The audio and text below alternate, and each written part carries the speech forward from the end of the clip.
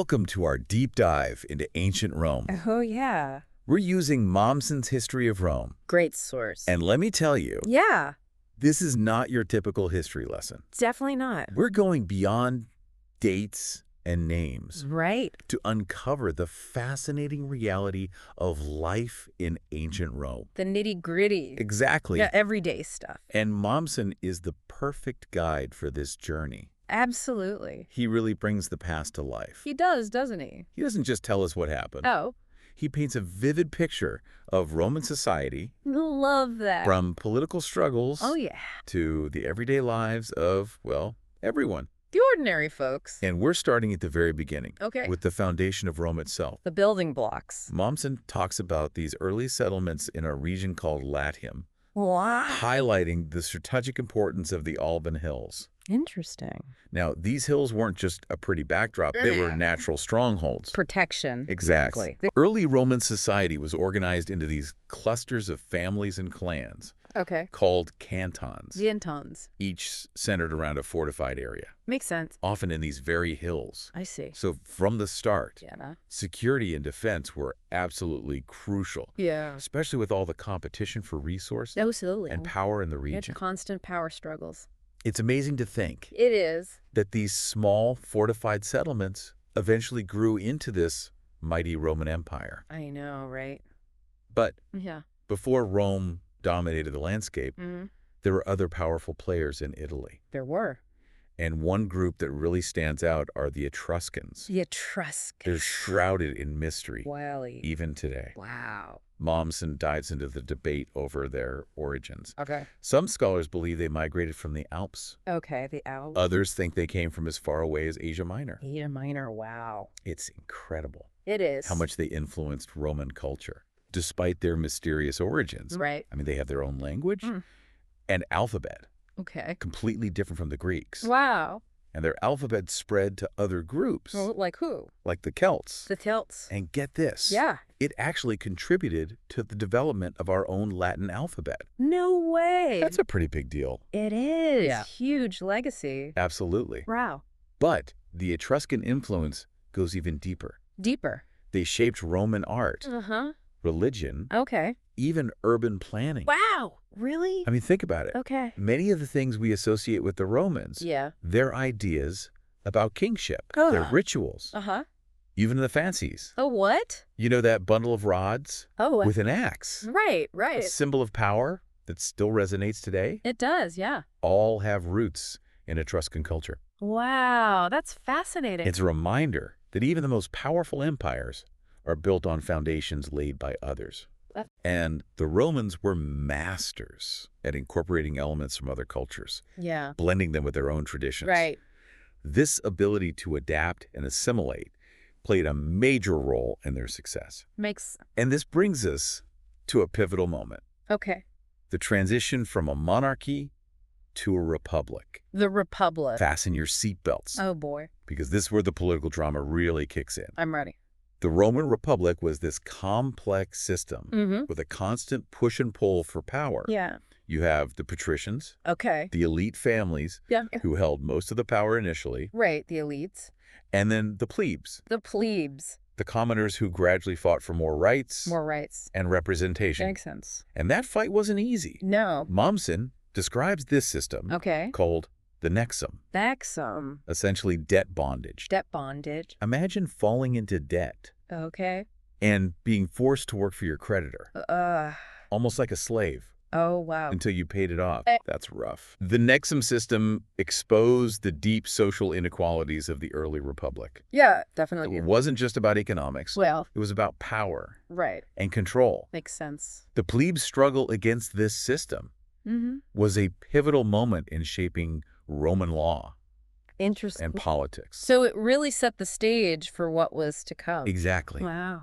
It's fascinating how the plebes, despite facing such adversity, Yeah. they managed to secure some crucial victories. They did. They established institutions like the tribunate, The tribunate. which gave them elected officials Okay. who could veto laws Veto power. harmful to the common people. That's huge. And then there was the plebeian assembly, Another one. a separate legislative body Okay. where they could voice their concerns. Right.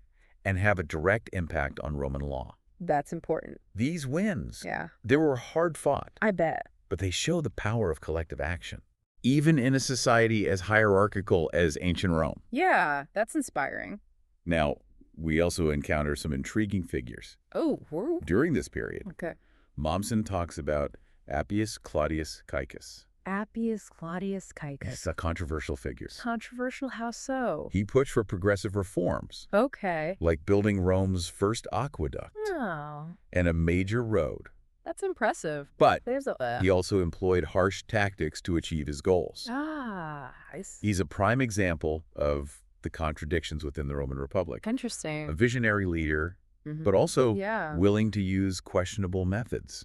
It happens. His story shows how power, even when used for good, Right. can be turned towards less noble ends. It's a slippery slope. It highlights that constant struggle for balance For sure. in any system of governance. Balance is key. It also reminds us that progress isn't always a straight line.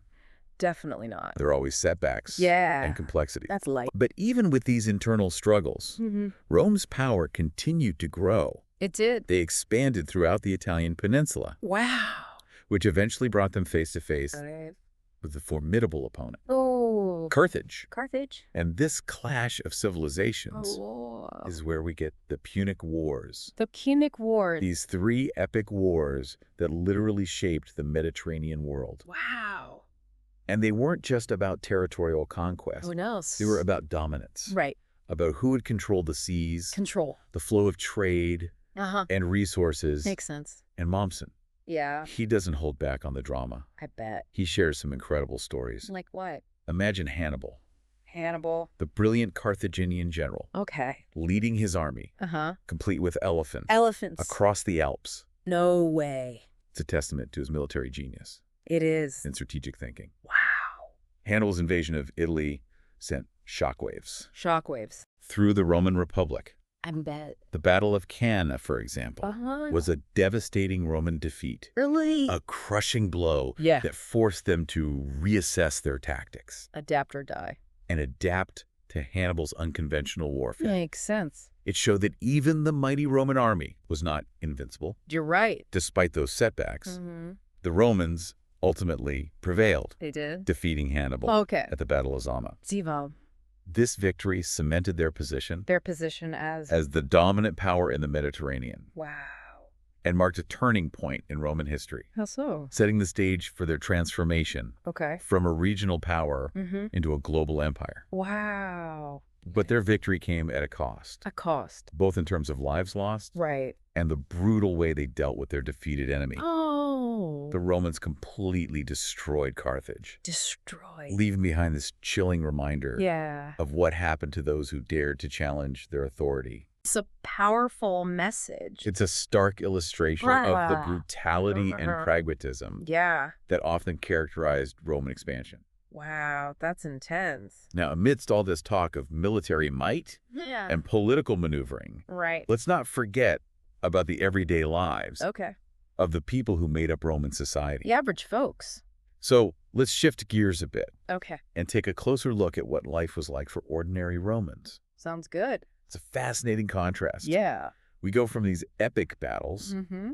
and sweeping historical narratives Right. to the more intimate details of daily life. I like it. And what we find Yeah. is a society that, Okay. while vastly different from our own, Mm-hmm. also had some surprising similarities. Really? Mommsen provides these glimpses into Roman agriculture, Okay. explaining how grain was essentially the lifeblood of the empire. The lifeblood. Wow. He even describes a typical Roman farm, Oh, cool. thanks to the writings of Cato the Elder, Cato the Elder. a prominent figure in Roman politics Okay. and a bit of a stickler for tradition. I see. Cato's writings give us this window into the practical aspects of Roman life, That's interesting. from their farming techniques Okay. to their social structures. Got it. He emphasizes the importance of hard work Uh-huh. and frugality, Right. reflecting the values that were at the core of Roman society. Core values. His descriptions also highlight What? the reliance on slave labor, Slave a labor. practice that became increasingly widespread Yeah. as the Roman Empire expanded. It did. And speaking of slave labor, Okay. it's a topic that deserves further exploration. I agree. Mommsen points out Yeah. how the number of slaves in Roman society skyrocketed Skyrocketed. as the empire grew, Right. particularly on these vast estates Okay. owned by the Roman elite. Interesting. This reliance on slave labor had profound consequences Consequences. for Roman society. Consequences. It shaped the economy, Uh-huh. influenced social interactions, Right. and raised important ethical questions about the nature of freedom Okay. and human dignity. I see. It's a complex issue It is. that forces us to confront the darker side Yeah. of Roman prosperity. That's true. Absolutely. Mm-hmm. But life wasn't all toil and labor No. in ancient Rome. What else was there? Mommsen also describes the bustling energy Okay. of Roman cities, Okay. particularly the Roman Forum, The Forum. which was the heart of social Right. and political life. Makes sense. Imagine a vibrant public space Okay, I'm imagining. filled with markets, Mm-hmm. temples, Okay. government buildings, Got it. all buzzing with activity. Wow. This was the Roman Forum, Sounds lively. a place where people from all walks of life came together I see. to conduct business, Right. engage in political debate, Mm-hmm. and participate in public spectacles. Oh, interesting. And when it comes to spectacles, the Romans knew how to put on a show. They did. Mommsen talks about the popularity of gladiatorial games Oh, the gladiators. and theatrical performances, Cool. both of which drew huge crowds. These forms of entertainment, Yeah. they were more than just distractions.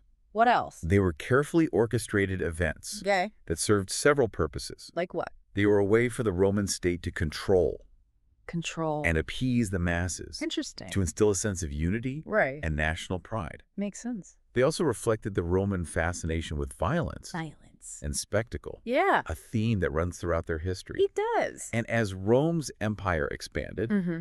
their cities became these melting pots Melting pot. of cultures Okay. and ideas. Interesting. We see this influx of foreign goods, Like what? from spices from the East Slices. to silks from China, Wow. transforming Roman tastes Oh, and creating new markets. I- It's a reminder that globalization isn't a modern phenomenon. It's not.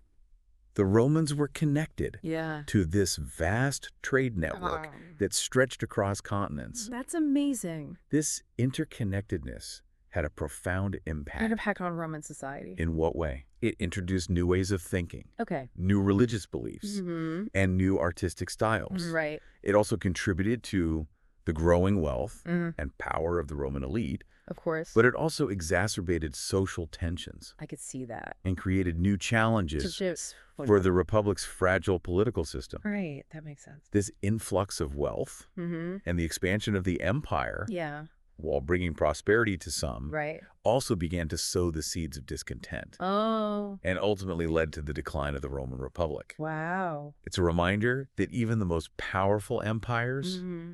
are not immune to internal pressures, Yeah. external challenges, that's for sure.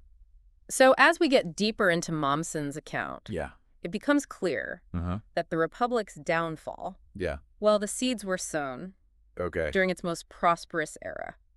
Interesting. So, The very factors that contributed to its expansion, okay. its wealth, military success, territorial gains, Makes sense. all the riches coming in, Right. they also created internal pressures I see. that ultimately tore it apart. It's like success breeds its own It's challenges. a paradox, isn't it? You'd think growth and stability would strengthen it, You would. but it seems like the opposite happened. Yeah, the Roman political system, Okay. it was designed for a smaller city-state, Right. struggled to adapt. To managing this vast empire, Yeah, increasingly complex. and corruption became rampant, Of course. social inequalities widened, Right. and ambitious individuals Mhm. saw opportunity to exploit this system. For their own gain. Exactly. And these cracks in the foundation Yeah. are what allowed figures like Julius Caesar to rise. Caesar. But before we get to Caesar, Okay.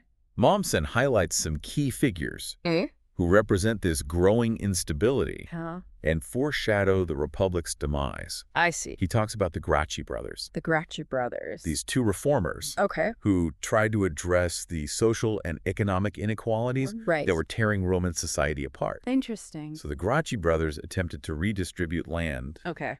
to the poor, reform the political system, Makes sense. curb the power of the wealthy elite. They were reformers. They were, Champions of the people. but their efforts were met with fierce resistance Of course. from those who benefited from the status quo. Right, the ones in power. And it's heartbreaking how their attempts to create a more just society ultimately ended in violence. Oh, wow. And their own deaths. Really? They were ahead of their time. They were. Advocating for policies that would resonate with reformers. For centuries. Yeah, for centuries to come. Wow, it's tragic. And their story also highlights this recurring theme. What theme?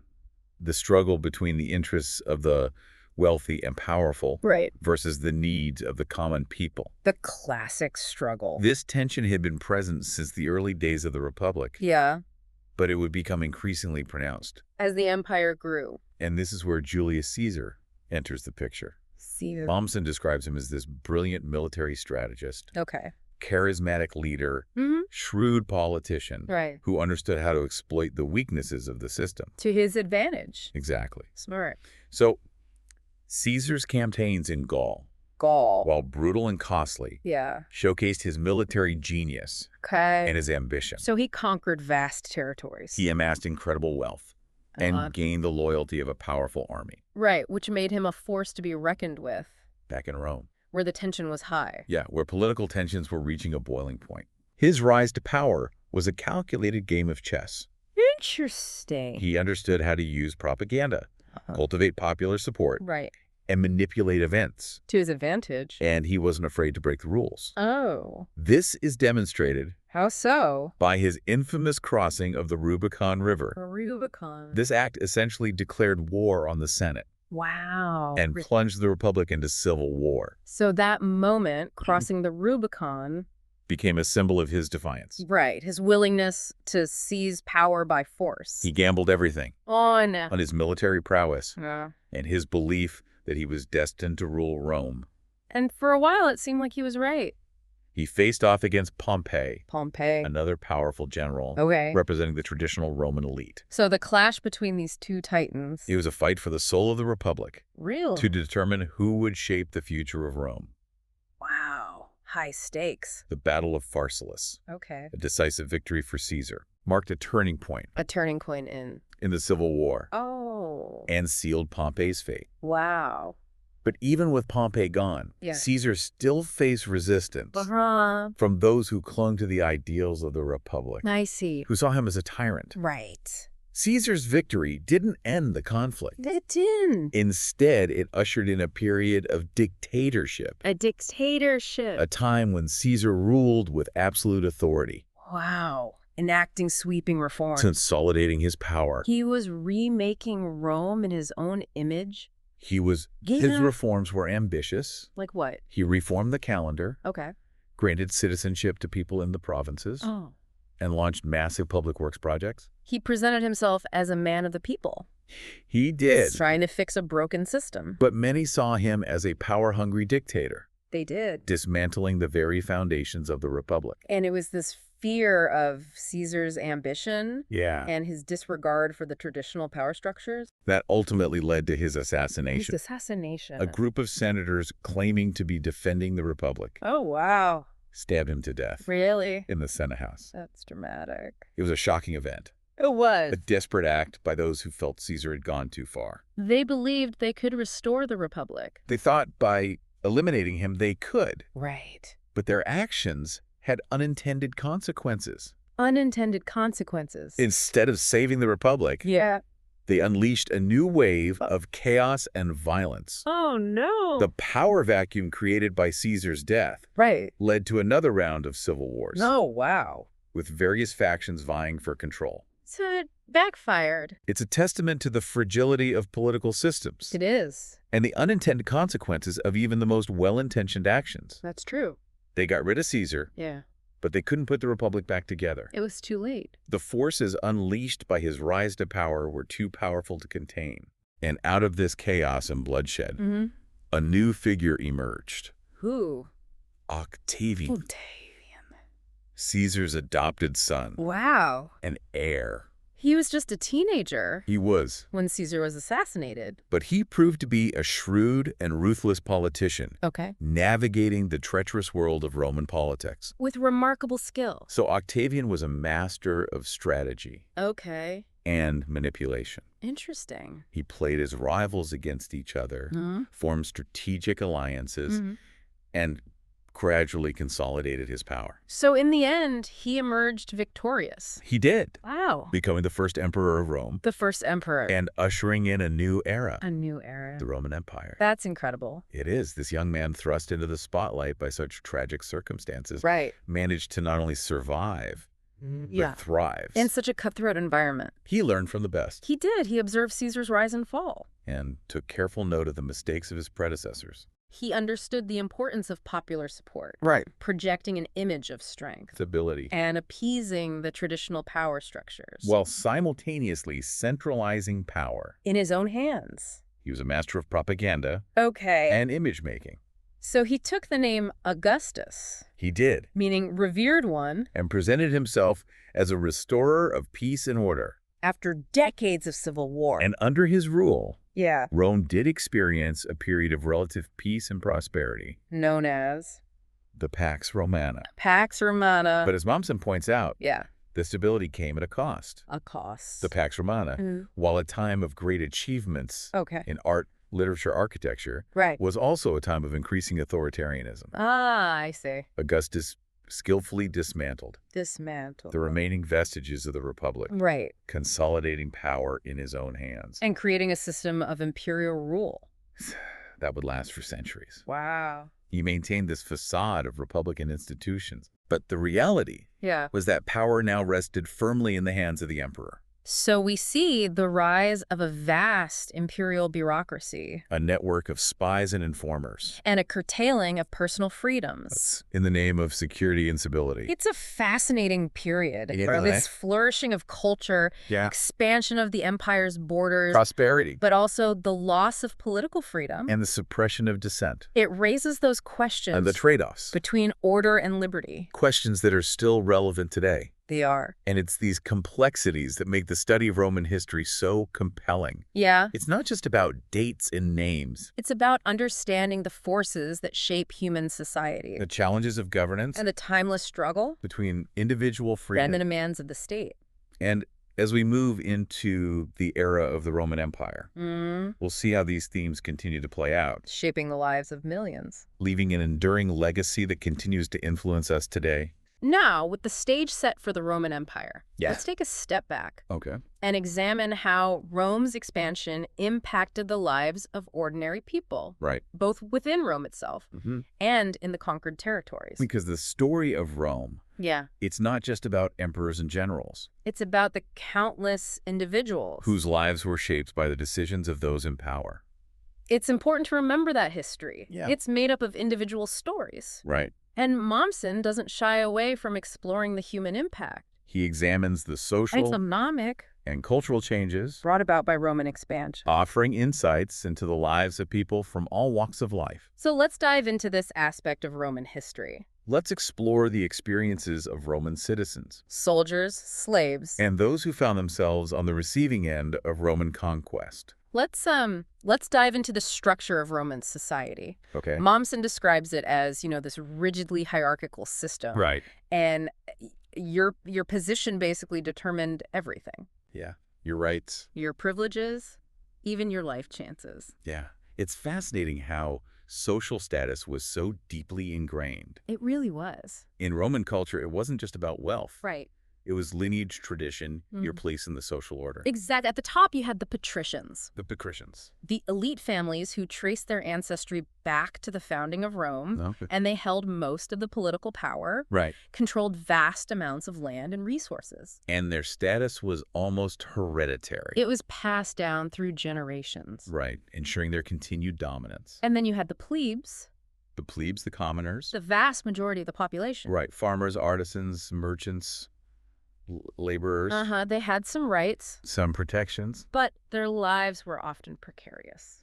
Subject to the whims of the powerful. And then at the very bottom. The bottom of the pyramid. You had the slaves. The slaves who had no rights at all. They were considered property, not people. And their lives were entirely at the mercy of their masters. It's a stark reminder of how deeply inequality was woven into the fabric of Roman society. It is. And as the empire grew, the number of slaves exploded. It did, fueling the Roman economy. but also creating this vast underclass. Yeah, living in conditions that are unimaginable to us today. The reliance on slave labor had a profound impact. Profound impact. On Roman society. Shaped their economic system, influenced their social interactions, even affected their attitudes towards work and leisure. Right. It's a complex and uncomfortable topic. It is. But crucial to understanding the full story of Rome. Absolutely. Mommsen also sheds light on the importance of family in Roman society. Family. He describes the power of the paterfamilias. The paterfamilias. The male head of the household. Who had absolute authority. Over his wife, his children, and even his slaves. It was a patriarchal society. It was a far cry from our modern notions of individual rights and family dynamics. For sure. But it's important to remember that women, right, despite their lack of formal political rights, still played vital roles in Roman society. They did. They managed households, raised children, and even behind the scenes influenced political decisions. They weren't completely powerless. All right. They wielded influence within their families and communities. Yeah. Their actions could have significant consequences. Absolutely. They managed finances, ran businesses, and some even gained renown as writers, poets, and patrons of the arts. Exactly. And then there's the Roman army. That legendary fighting force. That conquered most of the known world. Their success wasn't just about brute force. No. It was about discipline. Training. And a deep sense of loyalty to Rome. The Roman army was a marvel of organization and efficiency. They were highly trained, equipped with standardized weapons and armor drilled in complex tactical maneuvers. And they were instilled with this sense of duty and patriotism. This belief that they were fighting for the glory of Rome. This esprit de corps, combined with their tactical prowess, made them a formidable opponent. Mommsen emphasizes the importance of logistics and engineering in their military success. They built roads and forts, established supply lines, developed innovative siege warfare techniques, allowing them to conquer even the most heavily fortified cities. They were masters of both offense and defense. And their ability to adapt to different terrains and enemy tactics was key to their long-running success. But as the Republic expanded, the army also became a potential source of instability. Right. Generals gained immense power and influence, commanding loyal legions who were more beholden to their commander than to the state. And this shift in power dynamics would eventually contribute to the Republic's downfall. It makes sense. And we can't forget about the people who lived in the territories conquered by Rome. Right. What was the impact of Roman expansion on their lives? It was a mixed bag. Yeah, double-edged sword. It brought some benefits. Okay, like what? Improved infrastructure access to Roman markets and the relative stability of Roman law. Okay, But it also came at a high cost. Conquered peoples often faced exploitation, displacement, and the suppression of their own cultures. Mommsen describes this process of Romanization. The spread of Roman culture, language, and law. Throughout the empire. It was a complex process. It was driven by a combination of forced pragmatism and the allure of Roman civilization. The Romans built roads, aqueduct cities. Right, bringing their engineering and architectural prowess to far-flung corners of the empire. They established schools, promoted the use of Latin, gradually assimilating conquered peoples into Roman culture. But this wasn't always a peaceful or voluntary process. There was resistance. There was. We see rebellions erupt throughout the empire. From Spain to Gaul to Judea. As conquered peoples fought to maintain their independence and cultural identity. And these rebellions were often brutally suppressed. They were. But they highlight the challenges the Romans faced. In maintaining control over such a vast and diverse empire. These stories of resistance remind us that the history of Rome is not just a narrative of Roman triumph, but also a story of human resilience, cultural clashes, and the enduring struggle for freedom. And as we've explored Mommsen's account of Roman history, one thing that really stands out is how interconnected everything is. It really is. You can't talk about Roman politics without talking about their military expansion, their social structures, their economic system. It's all interwoven. Each element influences the others, creating this complex and dynamic tapestry. And that's what makes the study of history so fascinating. It's not just about memorizing dates and battles. It's about understanding the interconnectedness of events, the motivations of individuals, and the long-lasting consequences of their actions. And ultimately, what can we learn from the Romans? What insights can we glean from their triumphs and failures, their innovations and their mistakes? I think the story of Rome offers valuable lessons. About the nature of power, the challenges of governance, the importance of understanding different perspectives, and the enduring human struggle for freedom and justice. It's a story that continues to resonate with us today, reminding us that the past is not just a collection of dusty facts and dates. It's a source of wisdom, inspiration, and cautionary tales that can help us navigate the complexities of our own world. Thanks for joining us on this deep dive into Roman history.